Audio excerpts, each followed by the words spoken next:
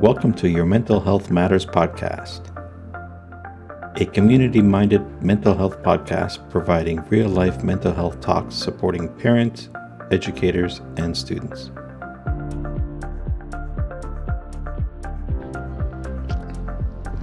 Hey, welcome back to Your Mental Health Matters. We're so excited for today's episode. We're going to be talking about bad behavior, emotional regulation, and executive functioning strategies for children and supporting for teachers and parents as well. So welcome, Mel. Welcome, Chantal. Thank you. Such a big topic today. I think there's so much we can cover, but we really want to hone in on some specific things that everyone's feeling and some of the questions that some of our listeners have actually brought forward as well. So, sorry, continue. Yeah, so good. No, it's all good. And we are coming to you live from this beautiful studio. I'm not sure what you call this, but we're at McTavish School here. Cole McTavish. Yeah, exactly, right. And Conrad and Miguel, I should mention as well, they are our amazing tech teams. They support us each and every week. So we just want to say a shout out and thank you to both of them.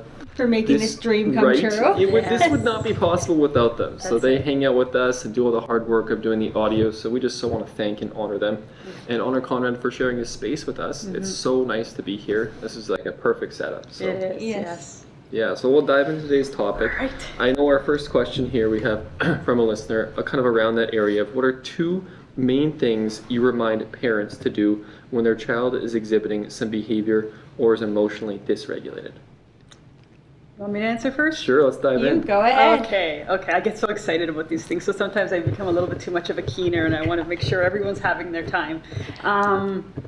I think the biggest thing is you have to be an investigator for your child, right? We all know that. We know even in our work as teachers, you have to investigate what's behind the behavior.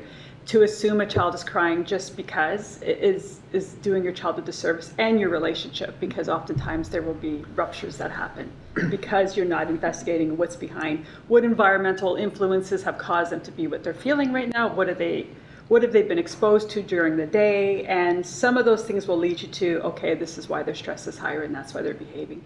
And then it helps you understand how to work with them. Absolutely. Right. I would just jump in and add to that. Really, what I tell parents that I work with is that connection before correction. A lot of the time as adults, we get so dysregulated by the behavior, and it's so hard to look past the behavior. Yes. And we get so caught up in that we're not actually seeing the underlying need. So I always tell parents, if possible, be able to put the behavior aside. It's not that we're not going to come back to it, but that is not the time to address it. So what we want to do is actually take that time to connect and regulate, and then go back and reason and talk about consequences. And I know it's really hard, because I've had parents say to me, well, Chantal, that's great, but it's really hard to do that when I have a hole in my wall. Yeah. And I agree, it's not always going to be easy, but if you're able to do that in that moment, you get so much more information about what is under that emotion, and then you go back to the hole in the wall, right? Then you go back to the consequences, because we can't have that happening.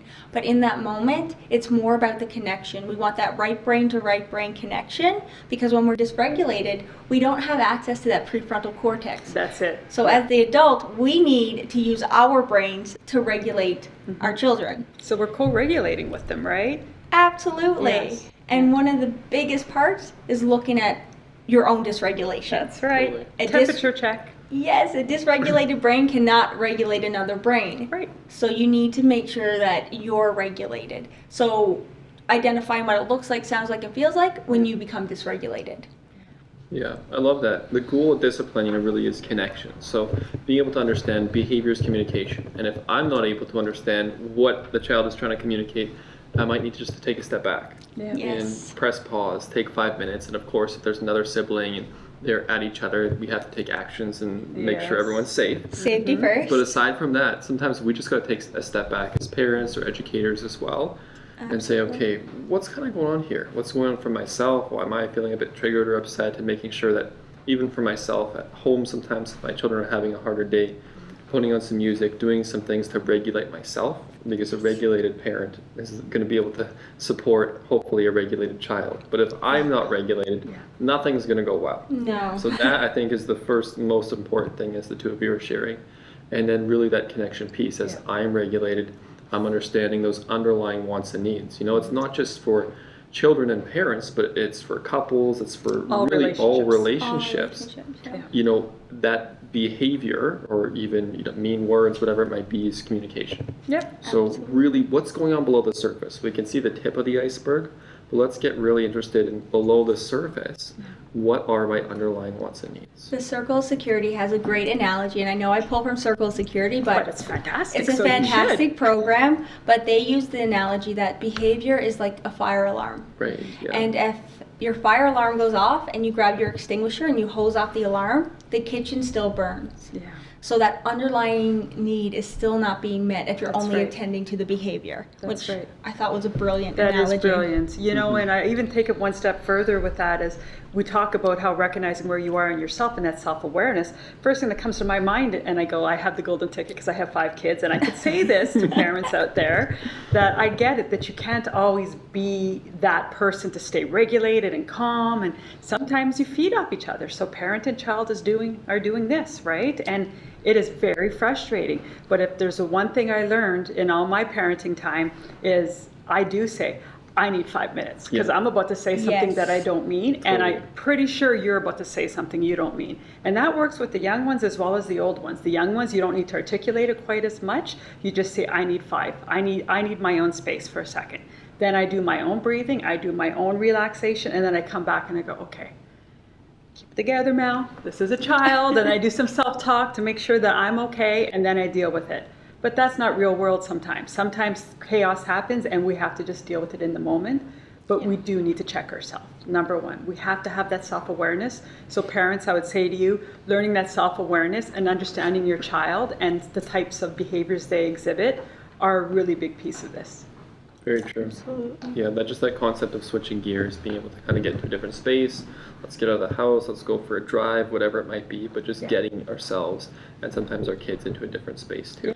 And I think I just want to add an important part to that. Taking that time away, letting them know that you'll be back. That this isn't the Yeah. end, that I'm not leaving you So in this. true. That's that a good point. I'm going to be back. Because I had one parent one time who said, well, I walked away like I was supposed to. But they chased you or didn't followed you. articulate that they would be back. Right. Yes. Right? So you're like, oh yeah, I forgot that part. So Right. making sure you let them know, like, I'm not leaving you in this. It's just right now I need Yeah. some time. Because you Yeah. don't want them to feel distressed, right? No. And you're walking Or around, you're running in rejected. the opposite direction, and your child's chasing you. Mom, Dad, that's not the goal here. No. But it is articulating, getting down to their level, and connecting with them that way. Yeah. Absolutely. So one of my daughters has pretty significant separation anxiety. So for me just to leave the room is very upsetting for her. So we kind of have to switch gears together. Even if I'm having a hard time, Right. the two of us kind of go into a different space. Maybe she's doing her own thing, I'm doing my own thing. But sometimes depending on your child, you might have to do it together, but in your separate spaces in the same room or what have you as well. I think that's a really good point too, because it's going to look different for every kid, right? If you have 2 kids, it's going to look different for each kid. Parent them differently. Yeah. I have 5 kids. I parent them all very differently based on what they bring to the table. And what I have in my, if I'm full that day, I may only be parenting at 50% capacity, right? Like that's another piece of this, is what you're bringing at the end of the day and your stressors. You still have to parent those kids, and you bring forward what you have, but you try to articulate it in a way that's respectful, and you're not making the child feel less than, or you're condemning them or making them feel fearful, which brings us to the next topic. Yeah, and I right? think that's a really good point for educators as well, because this has been a very difficult school year for staff and for counselors and Yes. and for students. And so I think having that grace with yourself as an Yeah. educator, knowing that some days you're going to go in at 50% and Yep. you're going to do the best that you can that day with what you have to give. So in those kind of moments, dealing with bad behavior and discipline, I think is probably one of the most common questions I've been asked. We've probably all been asked about supporting children, supporting students. What really is, let's talk about discipline in terms of the goal of discipline and how do we define it in a constructive, supportive way, both at school and at home. That's a really good one. I think when it comes to discipline, one of the key factors in discipline is making sure that the consequence matches the behavior. Yeah, I would even take the word discipline right out of that, or out of it, and say consequences. Yeah. Yeah. Really. Discipline sounds so harsh. When you think about discipline, I think about punishment. That's exactly it. right. Like yeah, like bad. that's right.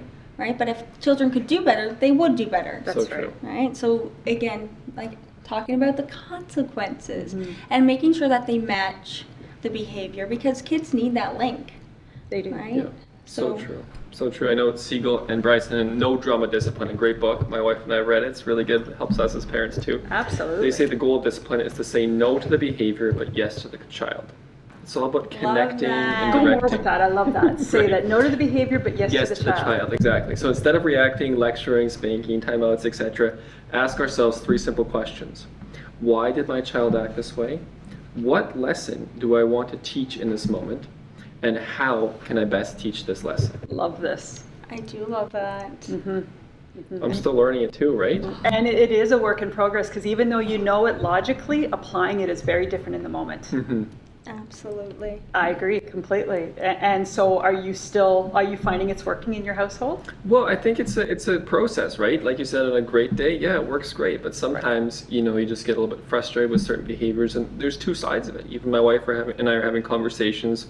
We care deeply about our kids, Of and course. our one child's very sensitive, so we tend to maybe be on the more lenient side of parenting. So we're even Right. having to Yeah. kind of retool and think, okay, maybe there's certain things we need to be a little bit more clear about. Yeah. And be able to still say yes to our children, Right. but be a little bit more clear on saying no to some of those behaviors.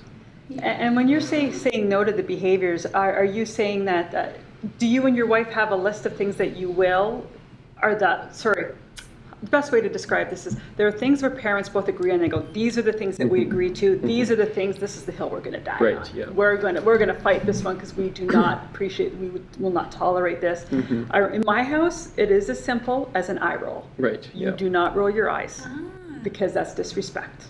And Yeah. if I rolled at one of my kids, they would see that as a sign of disrespect, and all of a sudden that ruptures our relationship. And it takes Yes. time. It happens, and there's been times where I have accidentally went. Didn't mean to do the eye roll, but I kind of did, and Yeah. they call me out. And in the moment, I'm frustrated, and I don't like it when my kids get one over on me that way. But I say, "You're right.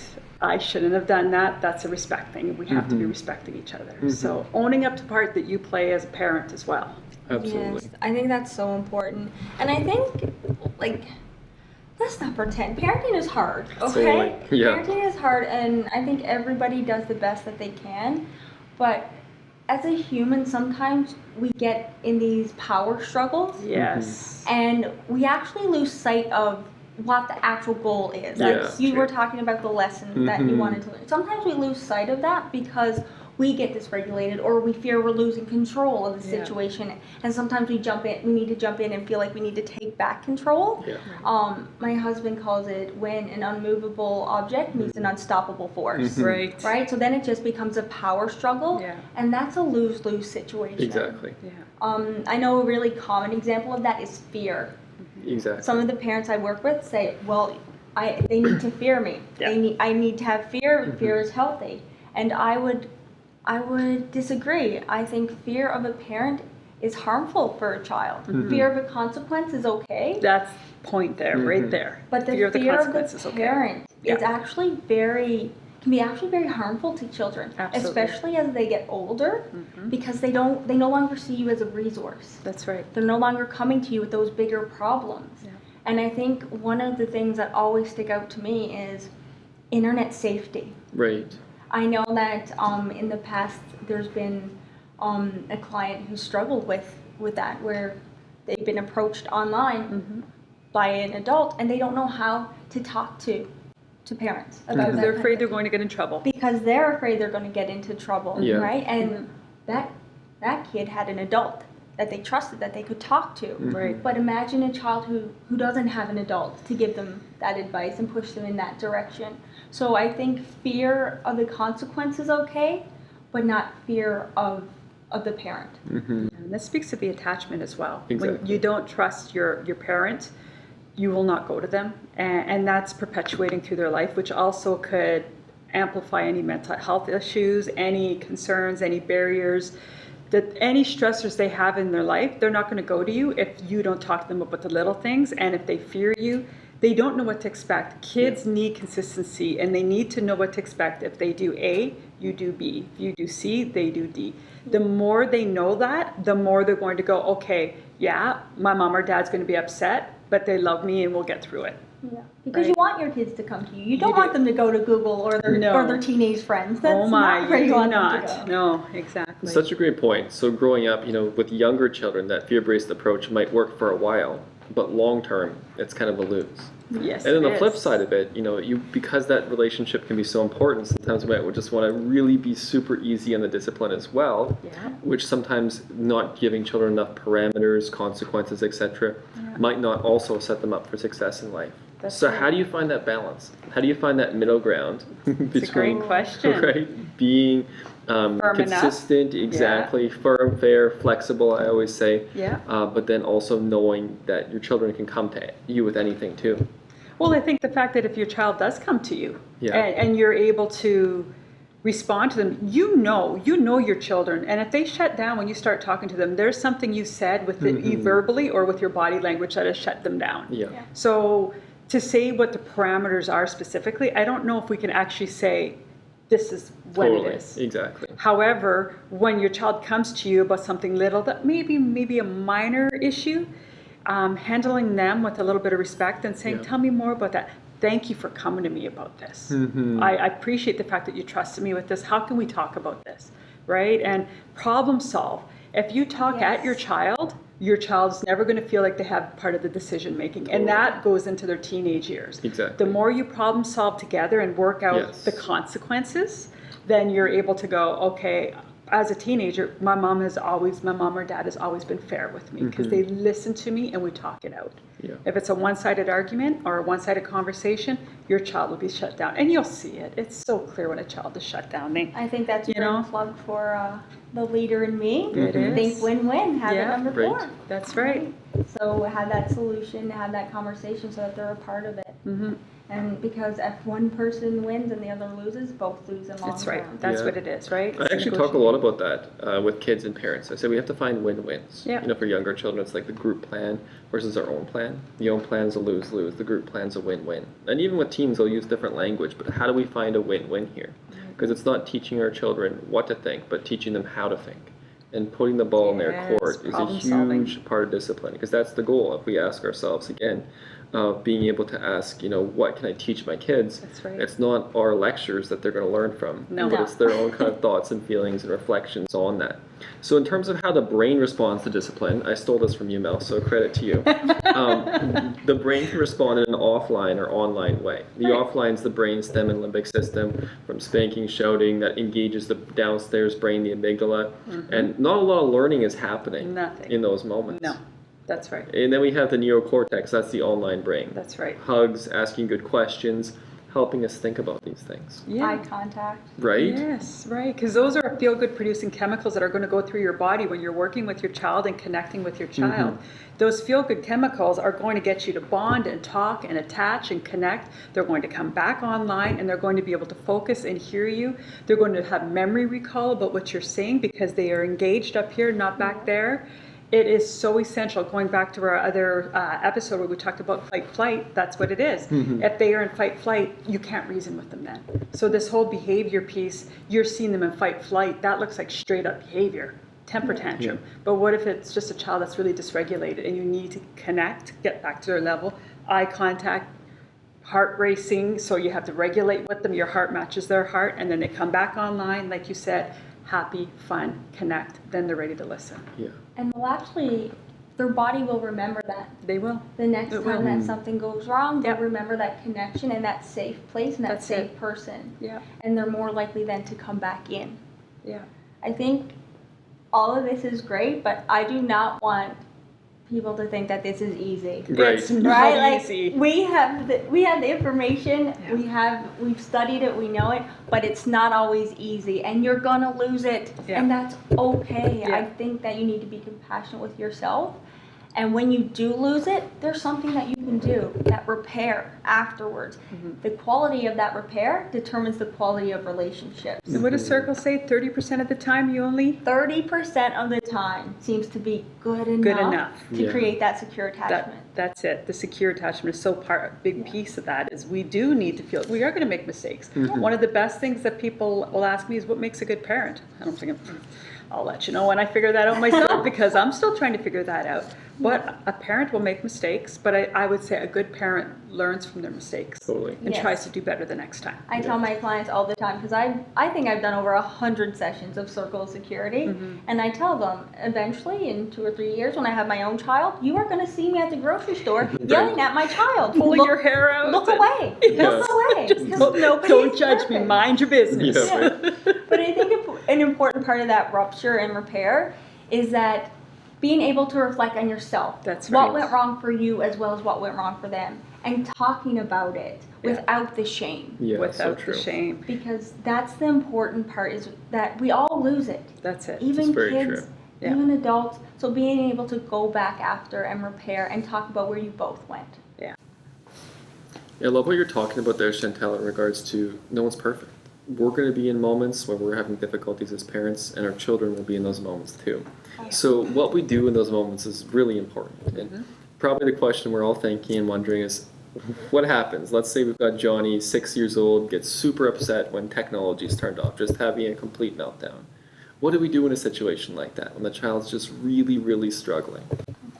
I'm having deja vu. I had this question so many times. You want to take lead? Go ahead. To be honest, the tech one is honestly one of the most asked questions. It is. Because it's so hard to take that tech, and kids get so upset. I think this comes back into that balance, right? Being able to set boundaries around it and being able to stay firm on them, regardless of that big tantrum. And when that big tantrum does happen, being able to, again, being able to be with in that moment. And you might actually have to hold Mm-hmm.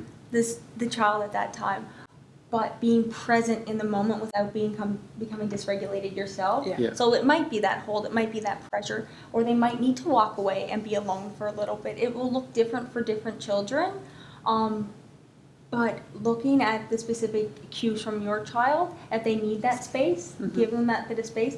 But I think it's so important to never leave kids alone with emotions that they can't regulate to regulate on their own. That's a Totally. good point. So Right? you need to co-regulate because they don't know how. They don't have the ability on their own to regulate. No, but looking for that time to go in, because if you have a child that is full on meltdown Losing on the their floor, losing their mind, Mhm. screaming, it is going to be really hard then to be with. So sometimes you need to take a break as a parent, Mm-hmm. right? As long as your child is safe. Yeah. Sometimes you need to take that step away, like we were saying earlier, Yeah. and yeah, take that step away, relax, get yourself regulated, and get back in there and see what is needed in that moment. And don't be afraid to hold, right? That tight pressure on the nervous system when we're dysregulated Yeah. helps soothe it and relax us. Mm-hmm. Yeah. And I think when I'm hearing kids having a meltdown and parents they get panicky. They're like, Yeah. what do I do? How do I stop it? You just want to stop it. And sometimes that's trying to relieve your own pressure and stress. Totally. Yes. But sometimes you just got to let the child run the wave of it, just ride the wave, and you don't engage them in a full conversation because again, they're back there in that emotional brain anyway, right? So let them have the temper tantrum. You just sit back and you just like, you're fine, you're okay, and you just let them be. But what I think the bigger part of this is we need to be front loading this information prior to that. We Yeah. don't go 8 o'clock bedtime, no video games past 7:30, and then we enforce it the first night without doing the front loading of it. Good luck. So exactly, so you're front loading it maybe for that week prior. Maybe you're saying, okay, there's a timer. Oh, at 7:30, at 8 o'clock, no more video games. Remember, we agreed to this because they negotiate it, remember? Parenting, if they're talking in their negotiating time, if the child feels like they're part of the problem, the solution, I should say, then they may agree to it more. Yeah. So they have the meltdown because they forget the rules you agreed to.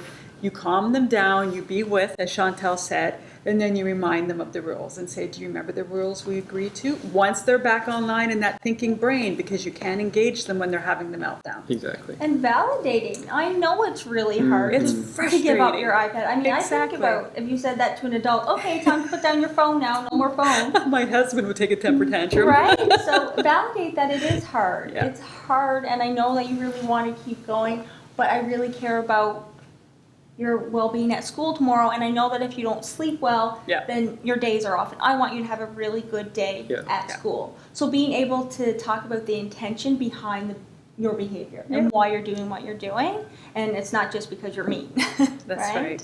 And that means the same for the teenagers as well, Mm-hmm. right? Teenagers are a little bit further. You want to use their peers in negotiating as much as possible because their peers have more influence over them than you Right. do. Oh, absolutely. So you want to negotiate back and forth some of these routines, things, boundaries, and whatnot. However, you also want to have that teenage piece in there. So if they're saying, okay, 10 o'clock is no more screen time, because blue screens, we know Yeah. that what they interrupt our sleep rhythm.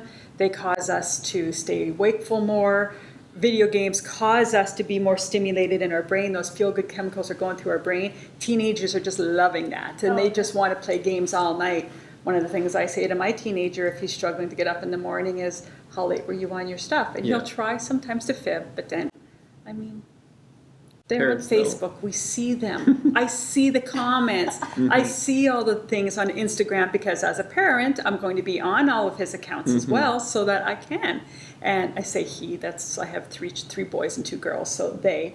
But you talk to them and say, okay, so natural consequence, maybe you're just not ready to have a phone in your room Yeah. right now. Exactly. Maybe that's Making not a the good idea. consequence meet the behavior Exactly. and match. That's it. So you're not getting mad at them saying, you're losing your phone. You're just saying, I could see that must be really hard to be pull away from your friends at night. And I get that because sometimes you get engaged in some of that. But maybe it's best if you're just not ready to have your phone in your room at night. Maybe we could just leave it out here for tonight, see if you have a better sleep and we could renegotiate tomorrow. Would that Yeah. be okay? Love Okay. that.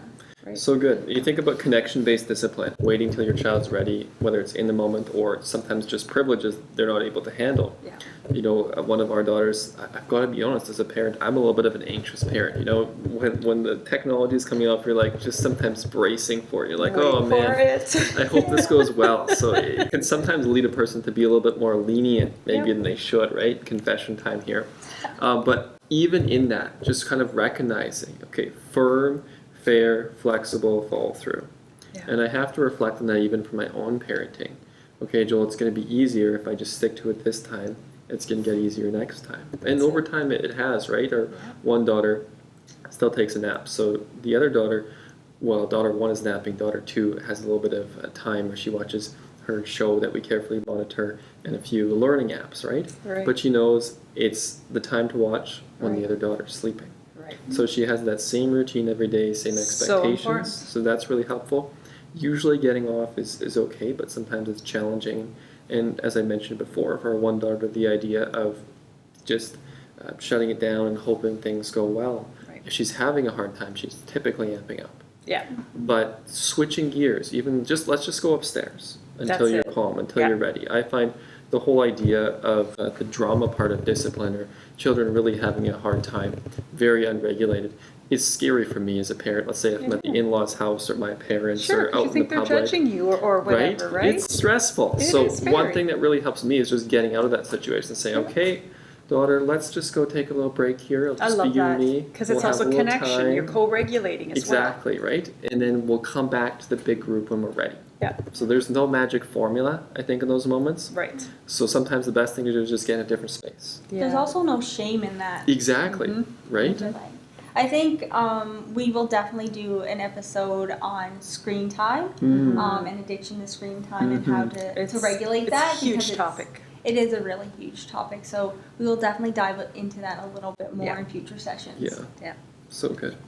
Yeah, and then the other piece of emotional regulation is this idea of executive functioning. We know that sometimes impulsivity and emotional regulation, all those different areas go hand in hand. So I thought we'd talk a little bit more about that area of executive functioning. Of course, sometimes that can be associated with ADHD or attention difficulties, but not always the case. So let's talk a little bit about how executive functioning can impact the area of emotional regulation and discipline as well. And I think you hear parents saying, "I think my child has ADHD," or "I think they need to be tested for it Mhm. because they can't pay attention, or they're more impulsive and they're not listening to me. They can't stay on task, or they have bad behaviors, right? And so they don't really know what it is, but they're trying to interpret the behavior to figure out what's happening. Totally. And sometimes it may not be ADHD, it could be trauma. It could be something that impacted their life that has caused them to be so dysregulated. Yeah. That hypervigilant, right, fight-flight response, and it kind of looks the same as ADHD. Totally. Right? Exactly. Like you look at the two and it's hard to determine which one is which. So you need to know a little bit of history about the child in order to determine, is this ADHD? Is this trauma? Is there something else going on in the child's life recently, lack of sleep, other areas of environmental factors that could potentially showing the same symptoms that ADHD has? Very true. Absolutely. I did a training a few years ago in dyadic developmental psychotherapy, and it's based on attachment. They did a study and they found that they had participants who had diagnosed with ADHD, and they went through the attachment program and the attachment therapy, and it reduced 80% of ADHD Wow. Yeah. symptoms. 80%. 80%. So are you saying that 80% of individuals with ADHD may not necessarily have a diagnosis truly of I think that's ADHD? a huge generalization. Okay, because that's a huge But number. I Right. wanted to in say this that for one, us. Yeah, in that one Yeah. study, right, Right. with the specific population. But I thought that was very eye-opening because a lot of people don't understand that trauma can look very similar to Yes. It ADHD. sure can. Yeah. Yeah. So just being able to recognize that. Yeah, absolutely. And Joel, you could speak about this on many levels. Totally, yeah. Like I myself having ADHD, more of the inattentive side of things. I know sometimes it's kind of funny. I'll come home from work and my wife's like, Joel, you need to like go for a walk or something. You're kind of dysregulated, you know? What do you look like when you're dysregulated? Right. You could ask my wife. She'll tell you. I'd say more just fidgety, you know, just more fidgety. I'm just kind of, it's actually funny. Whenever I come home from a trip too, if I'm traveling for work or things, I like to come home and just have some decompressed time. Of course. You know, so just even 5 minutes just to get my things in order, organize things like that. So I think it really impacts us all differently. But a Right. key piece of emotional regulation is just understanding some of those other factors. For me, a lot of it's like light and sound as well. There's other individuals who've been diagnosed with sensory processing disorder, but for Right. me, I wouldn't say I'd fit criteria for that diagnosis. But bright lights, I do not like them. Right. Loud sounds, no Right. thank you. Some of that stuff can contribute to dysregulation Absolutely. as well. Because, I mean, you look at even just anxiety. Myself, I have anxiety, and bright lights, loud noise very much so impacts me. And I become very dysregulated, and I have to remind myself when I go to a busy grocery store concert, I'm shut down at a concert because it's just too much, right? And we all have to function that way with what we're given in life. So for you, Joel, and your ADHD, tell us a little bit about, you talk about the 3 types, because you Sure. talked about yours, the attentive type, Yeah. inattentive type. Yeah, so there's symptoms that are related to inattentive type, impulsivity, and hyperactivity. So kind of 3 different strands that can kind of come together in different ways. Some people might have a combined presentation of presenting with all of those, and some might have more than others, you know? So I think the big thing to think about as we look at these symptoms and how it impacts emotional regulation is just kind of being aware of what are some of those things. If I'm more hyperactive, Right. then I probably need to do more activities to regulate myself and kind Right. of focus myself, right? That's right. If I'm more inattentive, maybe I might need to do some things that energize myself or kind of bring me to the place where my focus and attention is there. Right. So just kind of being aware of those things, and especially for the impulsivity. We see this a lot for especially younger children. So They true. can seem to present with a severe behavioral difficulties. And Yes. often maybe it's kindergarten to grade 3 where we really see some really pronounced behaviors. And I always remind parents with an ADHD prognosis involved in that, you know, typically we see things getting better. You know, for some students, they do require medical support. And of course, there's different medical supports out there to consult doctors and specialists in that area to look more into that. But for some children, it really helps just slow their brain down and be able to help them focus and learn some of these discipline skills that we're talking today. So there's some children who don't require medication too. So Right. every child's at a different place. But we can see, especially for those children with ADHD, a lot of support strategies around executive functioning, structure, consistency at home. If we can help build those in our children, typically we do see a little bit less behavioral difficulties as they get older and they have those strategies and supports. For me as an adult, I honestly only learned it as an adult. I never really had severe behaviors, but I'd be very dysregulated. Right. So modeling and coaching and labeling it, what zone of emotion am I in, Right. and what do I need, really helps me. And some people, I'd say females have a better prognosis in being more aware that way Right. and regulating their emotions. But especially young boys, that's really quite Right. a challenge. So Right. they need a lot of tools, Yep. coaching, zones of regulations, different programming around social skills and emotions Yeah. to explicitly learn what some other children might implicitly just pick up automatically. I really like that last sentence, to explicitly learn what other kids pick up on implicitly. So Yeah. they just have that idea, they just know. Mm-hmm. Whereas for some children, it's more of a challenge. So they need to be taught, they need to be mentored, they need people in their life to help support them with that. And schools will support with that. Schools are well versed in children with ADHD and how to work with them. I know, here's a plug. This is not a plug. I didn't write this or anything, but Managing ADHD in School, Russell Barkley. This is a really great book for helping us understand what ADHD looks like in our kids in school, and some really great strategies, as well as even the benefits of medication if indeed your child does need to be put on a medication. Like you said, not all children need to, because the tools that you provide, they may be enough to help them work through it. But it's the awareness piece, understanding what the child is presenting with, and then working with what you have. Because a lot of times we don't know. And I think when it comes to medication, some parents can be scared of it. Of course, And absolutely. I absolutely understand it.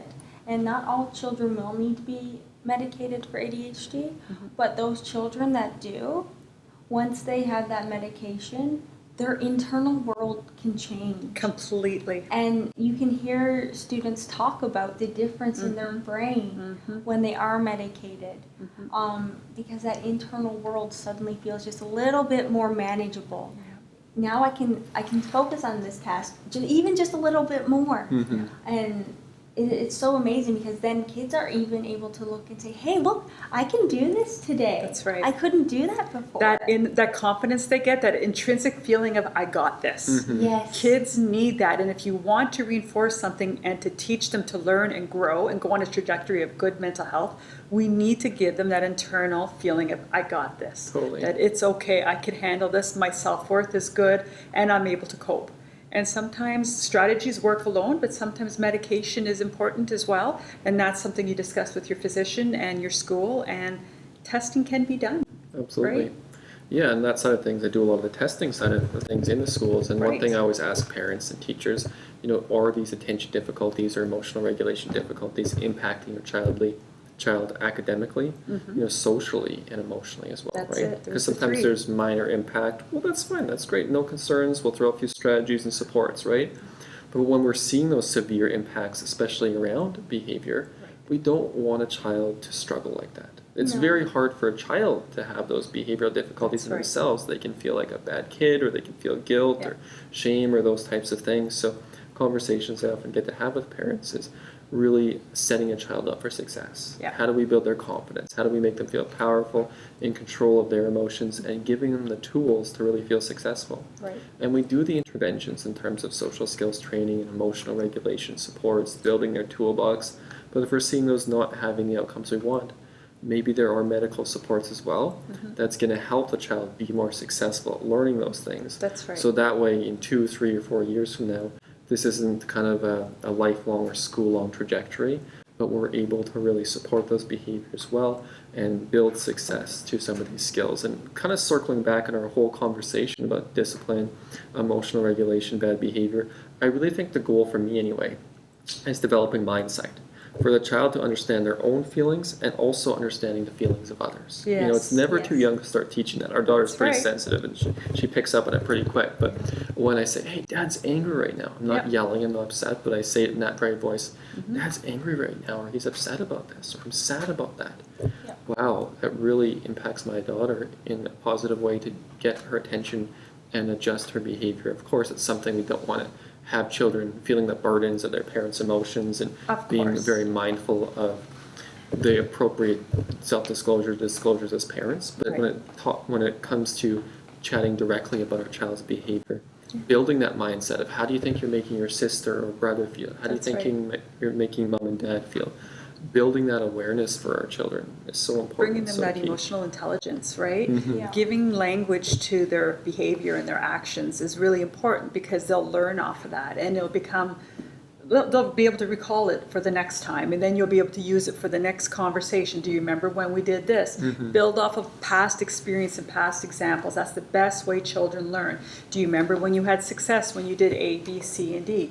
That's how children learn, through repetition and memory, but you have to use words and you have to put their emotions to words so they can understand it. And I want to go back to what you said a little bit earlier about building that confidence. That's not only true with children with ADHD, but any child that has struggled Absolutely. with emotional dysregulation. Completely. Helping them learn these skills can actually increase their self-esteem, and we know when children have a higher self-esteem, they just do better in life. They do better academically, with jobs, with peer relationships. They just do better. They thrive. They do. So Yeah. having that ability to regulate your own emotions is actually such an asset to a child. So starting that as young as you can, right? And I think a lot of what we talked about here today is a lot of great tips and strategies on how to do that. Yeah, so good. And it takes a village to raise a child. So let's talk about those supports, not just as a parent building your toolbox, but what supports might we have at our schools and our local community as well that can help us and partner with parents in supporting emotional regulation. Well, of course, you go to your counselor into school. The counselor can help work with your child. Give them those tools. Teach them zones of regulation. Teach them some of the words that express how they're feeling. And Mel, I Counselors- know at the Catholic board, we have a counselor assigned to each school. Yes, Some us are as well. part-time at a school, so is it the same for the public? It is, yes. So no matter what school your child's in this division, the two divisions, they can access that support.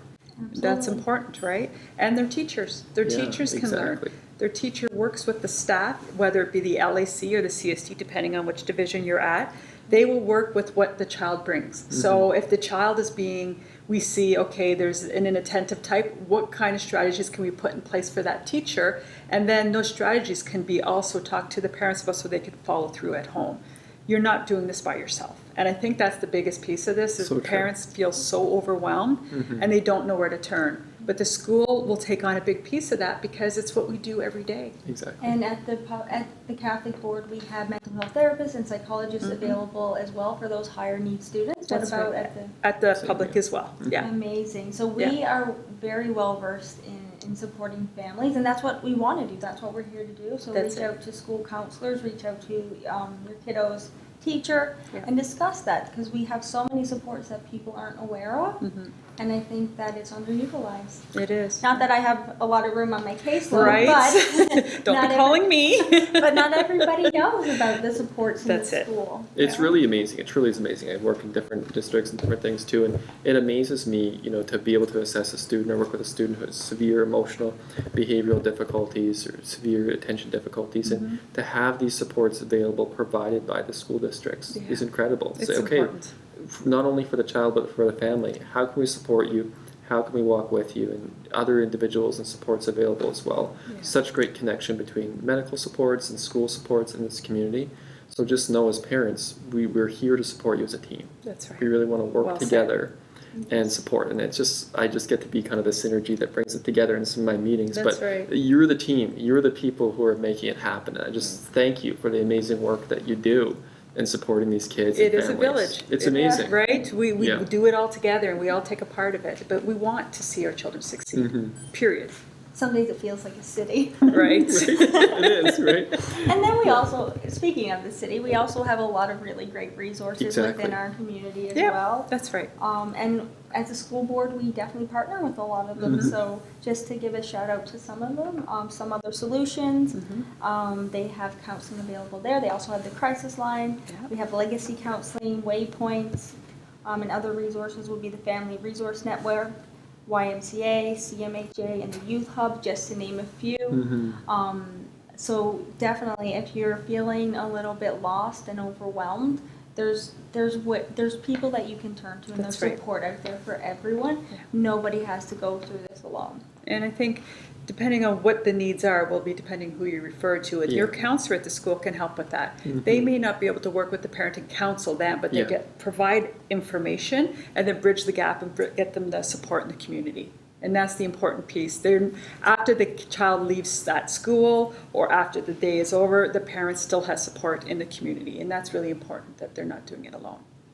Yeah. So good. So as we wrap up today's session, tell me what's one thing that really stood out? One thing, that just is like the number one thing, or you want to put into practice in your own life as you think about parenting and teaching and supporting children with behavioral difficulties or with emotional regulation difficulties. I think for me is being able to take that step back and realize that it has nothing to do with me. Yeah. Not taking the behavior personally and being able to stay regulated. Yeah. And I know it's easier said than done. I'm human. Some days I get annoyed, some days I get frustrated, some days I give in. Yeah. But really trying to stay present in that and understanding that it often has nothing to do with me and that they need me in that moment. That's a great one. And I would just take that one step further for myself. It's teaching my children not only what respect looks like, but how to respect. Great. And in everything I do, in all of my actions with them, and that is including listening to the same story about Pokemon 20,000 times, even though I'm exhausted and don't want to hear it for the 20,001st time. But you do it because then that builds a connection. And if you respect them and you listen to them, they'll respect you and listen to you. Yeah. What about So yourself, good. Joel? Well, I'm kind of cheating because I talk about this a lot, but I'd say connection-based discipline. Yeah. It's not a parent disciplining a child, but it's actually a team process where we're teaching our children how to understand their feelings and understand the feelings of those around them. So it's Right. doing it together, I think, really is the key thing for me. Absolutely. Yeah. Great Love great that. stuff. Yeah. So good. Well, thanks for joining us today on another episode of Your Mental Health Matters, and we look forward to seeing you next time. Thank you. Thanks so much for joining us today. Please reach out to us if you have questions or comments about today's topic, or questions or suggestions for future topics. If you or someone you know is struggling with mental health, we encourage you to reach out to local agencies for support, as our podcast is not a substitute for counseling. If you require immediate support, please contact the crisis line or your local hospital.